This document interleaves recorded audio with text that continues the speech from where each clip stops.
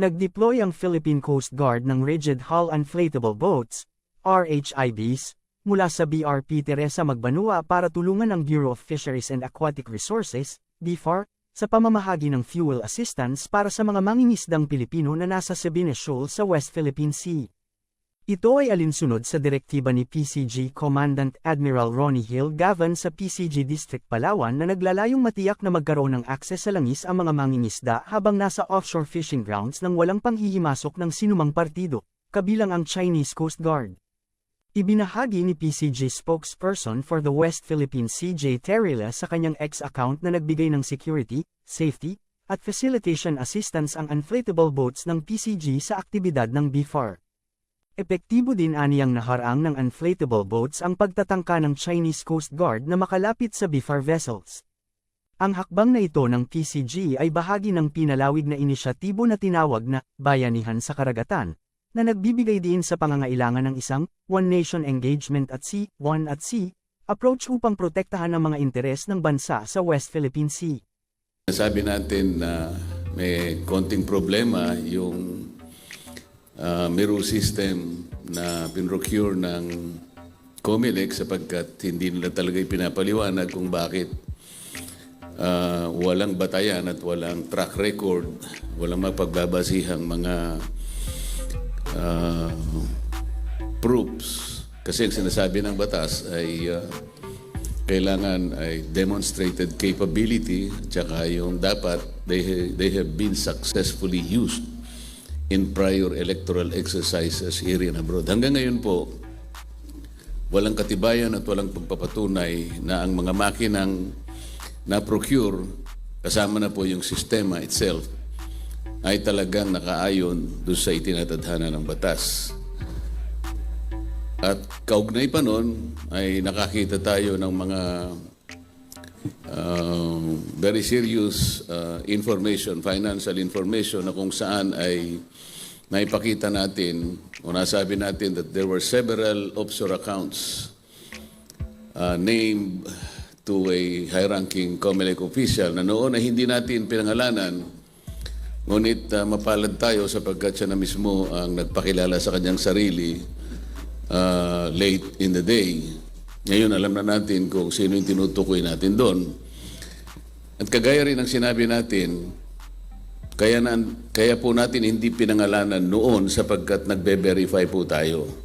At ngayong umagang ito, ipakikita ko po sa inyo yung extent ng verification na ginawa ng representasyon na ito dahil sa medyo may kahirapan po talaga. Nakita naman po ninyo ang mismong chair ng COMELEC na nagsabi that he allegedly issued a waiver of bank deposit to the AMLAC and the NBI, but that was 3 weeks ago. Hanggang ngayon, alam ko wala namang ibinigay na report ang AMLAC or NBI in regard to his suggested mode of verification through these agencies. Kaya tayo po ang gumawa na. Sabi ko nga sa inyo, medyo mahirap at magastos, ngunit kailangan natin gawin alang-alang sa ating bansa.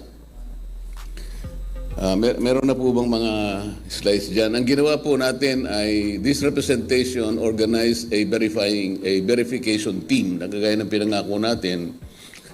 At isa po sa ginawa nating modality ay inactivate po natin ang mga volunteers natin. Nakakuha po tayo ng isang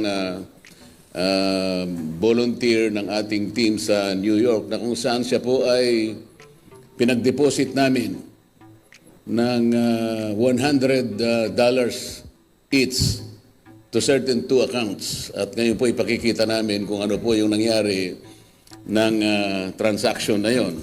Sa amin pong palagay ay kayo na ang makakapag-conclude kung yung ginawa namin ay mapagbabatayan sapagkat ipakikita namin sa inyo ang mga dokumento so far na aming nakalap by way of verification. Pwede ba nating ipakita yung updates ng verification of offshore bank accounts as of August 1, 2024. Magsimula po tayo dito sa Singapore Hub. Yan po makikita ninyo. As a background, sinabi po niya na nung tayo po ay magkaroon ng press con noong July 9, ang sabi po ni Chairman Garcia ay 2 weeks na po niyang na uulinigan itong sinasabi niyang demolition job na meron daw white paper na lumabas. It is intended to as a demolition job. Kung makikita po ninyo, yung mga dates na sinasabi, kung talagang demolition job po ito, bakit naman po kinakailangang magkaroon ng mga closing ng accounts, for example, sa Singapore Hub? Makikita po ninyo yung Standard Chartered. Merong personal savings account, kinlose po on June 28, 2024. So parang 2 weeks yung sinasabi niya na meron daw demolition job, pero actually on June 26, tayo po ay nagpalabas ng press release na sinasabi natin meron po tayong naaamoy tungkol dito. So bakit naman po tumatama na nag-close ka agad on June 28, 2024, yun po ay local Singapore bank transfer. Pero sasabihin ko na po ito, OCBC Bank po yan. Yung personal foreign currency account kinlose on June 25. International bank transfer ang ginawa pero RBC Bank po yan. Yung personal foreign currency private banking account nag-close on June 25, 2024. International bank transfer ang ginawa nila. RBC Bank din po yan. Hong Kong and Shanghai Banking Corporation, mayroong personal foreign account kinlose on June 28, 2024, local Singapore bank transfer ang ginawa pero HSBC Bank po yan. And then yung personal savings account na na-close on July 15, 2024, local Singapore bank transfer po ang ginawa. Bank of Singapore. OCBC, personal savings account, July 15, 2024 nung i-close, local Singapore bank din yan, Bank of Singapore. At saka yung personal foreign currency account nag-close noong July 1, ang ginamit international bank transfer, Scotiabank ito. Hindi ko na muna po sasabihin sa inyo, yung pagkakatransfer po ng lahat ng mga accounts na ito ay itinransfer sa mga pangalan ng foreign sounding names. Kaya hindi ko muna ipakikita yung mga pangalan ng foreign sounding names sapagkat ito po ay talagang gagawin pa natin ng mas malalim na pag-iimbestiga dito. Ganon din po sa yung Hong Kong Bank, Hong Kong China Hub. Makikita po ninyo yung type of accounts dyan. May personal savings, may personal foreign currency account. Nandyan po. At kung kailan kinlose. Nandyan po yung nag-close ng June 27, 2024, local bank transfer, pero Hang Seng Bank yan. Merong nag-close ng June 25, 2024, international bank transfer ang ginawa, Butterfield Bank ito. Ganon din yung personal foreign currency account, nag-close ng June 25, 2024, international bank transfer, ginamit din sa Butterfield Bank. Bank of China, nag-close ng July 11, 2024, international bank transfer, Cayman National Bank ito. Ganon din po ang pinag-transferan mga pangalan ng foreign sounding names. So mabilis po ang ginawa nila. Nung magbulgar tayo at sinabi nila merong demolition job, ito po ang pangyayari. Bakit naman biglang nag-close po ang mga accounts na ating sinusubaybayan? Yung Caribbean Bank po, o Hong Kong Bank,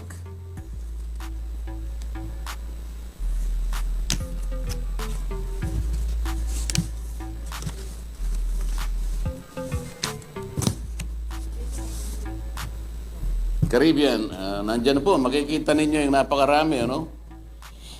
Yung sa Bahamas, 2 bangko po yan, makikita ninyo, at kung anong type yung account, ano? Hindi ko na po babasahin, malinaw naman yan. Pero tingnan ninyo kung yung status ng kanilang pagka-close, merong July 10, ayan po, makikita ninyo, International Bank ang ginamit ng mga na-close noong July 10, pero yan ay CIBC First Caribbean Bank. Yung dalawa pong international bank transfer dyan, RBC Bank po ang ginamit. Yung last transfer and withdrawal, July 11, 2024, local bank transfer ang ginamit. Ito yung UBS Bank sa Bahamas. Ganon din yung last transfer na withdrawal on July 3, local bank transfer, pero CIBC First Caribbean Bank po yan. Makikita niyo po ninyo yung mga na-terminate noong July 2, July 15, July 10, at saka July 8. Yan ang slide 3. Ganon din po yung sa Cayman Islands, dalawa po ang bangko dyan. Cayman Island National Bank at saka yung Scotia Bank, Cayman Island. Makikita ninyo ang type of account, malinaw naman dyan. At kung kailan po, tinerminate po yung mga accounts.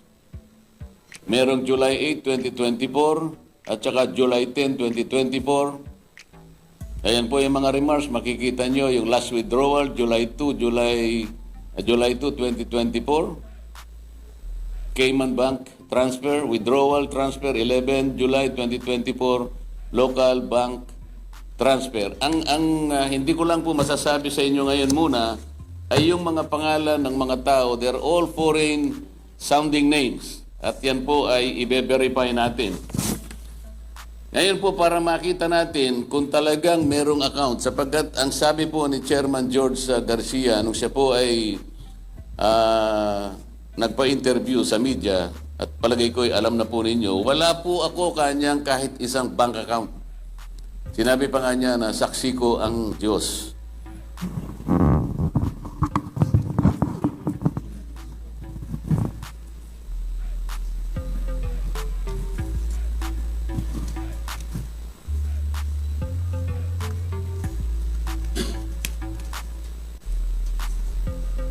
Ipakita na natin yung slide 5.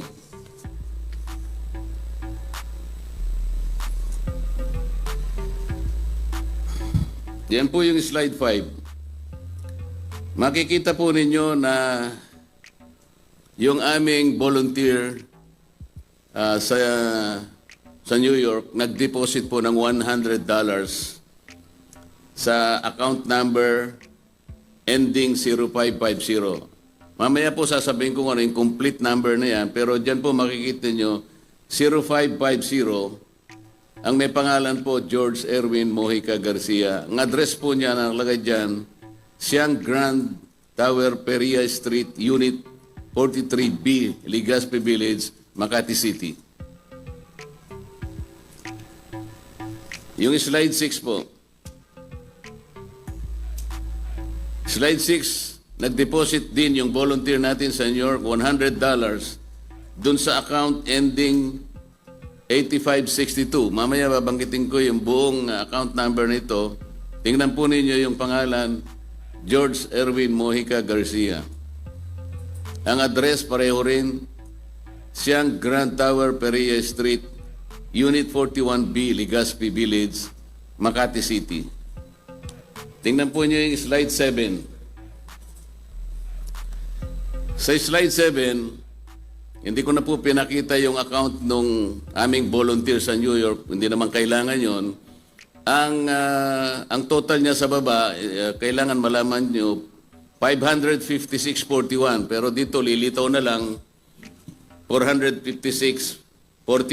Yung balance niya bago po siya mag-deposit ng 200 accounts. Nandito po yung original sa akin, pero niredact ko na lang para hindi niya na makita. Pero ang pinagmulan, $556.41, yun po yung kanyang natitirang balance bago niya i-deposit yung $200. $100 it's in two accounts named to George Erwin Mojica Garcia. Kaya po lilitaw sa bandang taas, kung makikita po ninyo, meron kasing mga fee na $40 each. Kaya may $80 na fee kung aalisin po ninyo yung $280, kasama yung 200 tsaka yung 80 na fee, total $280, alisin po ninyo sa 556.41, kaya po ang balance niya $276.41. Ano po ang significance nito? Kung makikita po nyo, yan po ay Chase of Business. Yan po ay isa sa platform nung isang US-based institution, a reputable bank, na kung tawagin po ay JP Morgan Chase and Company. Yan po ay consumer and banking subsidiary ng isang reputable, world-renowned banking institution based in America. Kaya po yung mga transaction records na generate po ng Chase for Business ay masasabi nating authentic and untampered. Ito po kasi ay platform that will allow individuals and business to conduct online international wire transfer to banks and other financial institutions outside the United States, including the Cayman Islands. Makikita niyo po dyan na malinaw na yung dalawang deposit transactions affirm the existence of two offshore bank accounts of COMELEC Chair George Garcia in Cayman Islands. I think this is very conclusive. Ayaw ko nga gamitin yung I think. Kayo na po ang humusga. I think Chairman George Garcia had to do a lot of explaining today. Kung yan po ay may papaliwanag niya, nasa sa kanya po. Ngunit, ang tingin ko po ang AMLAC at saka yung NBI, siya po siguro ang dapat makipag-coordinate sa akin.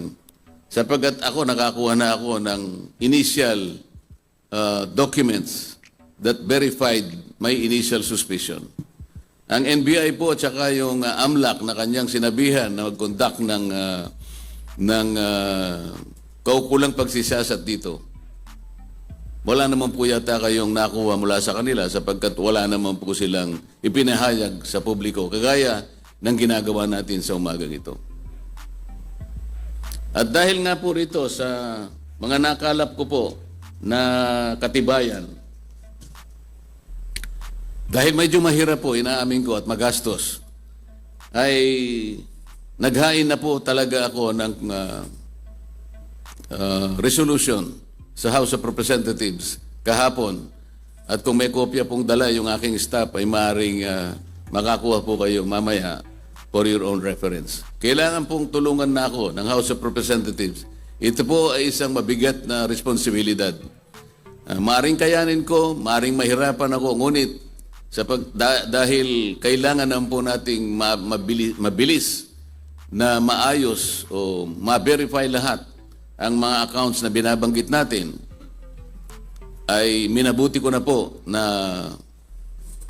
ihain na po yung resolution para ngayon ay mapasimula na po yung comprehensive at siguro mas malalim na pagsisiyasat tungkol sa mga nabunyag na ito ng mga informasyon. Ang pinag-uusapan po natin ay yung susunod na eleksyon. Kailangan po mapanatili yung integridad, yung kalinisan, yung katapatan ng ating eleksyon. Ito lamang po kasi ang paraan para yung mamamayan, magkaroon sila ng karapatang mapili nila yung mga tao na gusto nila na sila ang maglilingkod sa kanila.